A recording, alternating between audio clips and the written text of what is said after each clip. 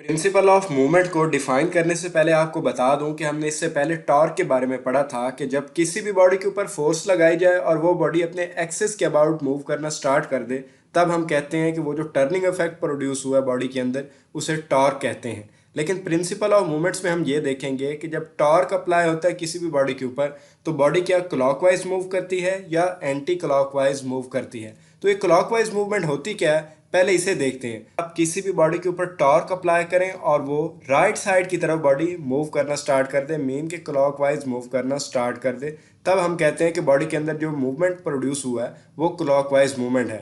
The torque और movement produced in a clockwise direction is known as clockwise movement.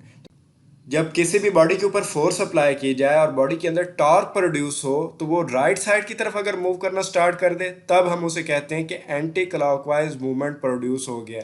तो इसकी जो definition होगी एंटी क्लॉकवाइज मूवमेंट की, वो भी यही होगी, द टॉर्क और movement produce in anti clockwise direction. अब यहाँ नीचे आपको डायग्राम में एंटी क्लॉकवाइज डायरेक्शन नज़र आ रही है। जो क्लॉकवाइज डायरेक्शन है वो टुवर्ड राइट साइड है और जो एंटी क्लॉकवाइज डायरेक्शन है वो टुवर्ड लेफ्ट साइड है। और प्रिंसिपल ऑफ मूवमेंट हमें यही बताता है कि जब किसी भी बॉडी के अंदर टॉर्क प्रोड्यूस हो और टॉर्क वो क्लॉकवाइज मूवमेंट और एंटी क्लॉकवाइज मूवमेंट की सूरत में दोनों बैलेंस हो।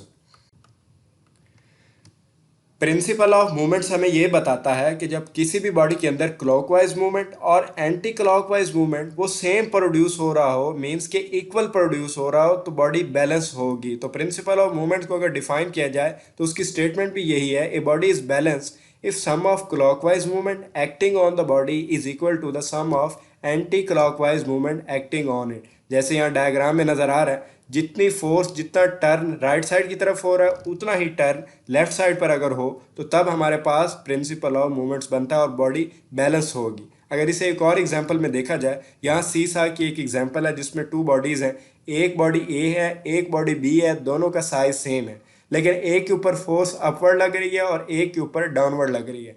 अब अगर हम राइट साइड पर यानी कि पॉइंट ए पर फोर्स लगाते हैं और यहाँ पर जो टर्न प्रोड्यूस हो रहा है, तो ये थोड़ा सा डाउनवर्ड यहाँ पर एक्ट कर रही है।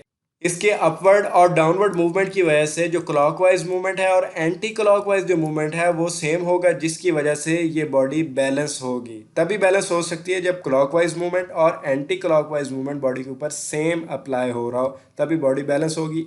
इसी को ही प्रिंसिपल ऑफ मूवमेंट्स कहा जाता है।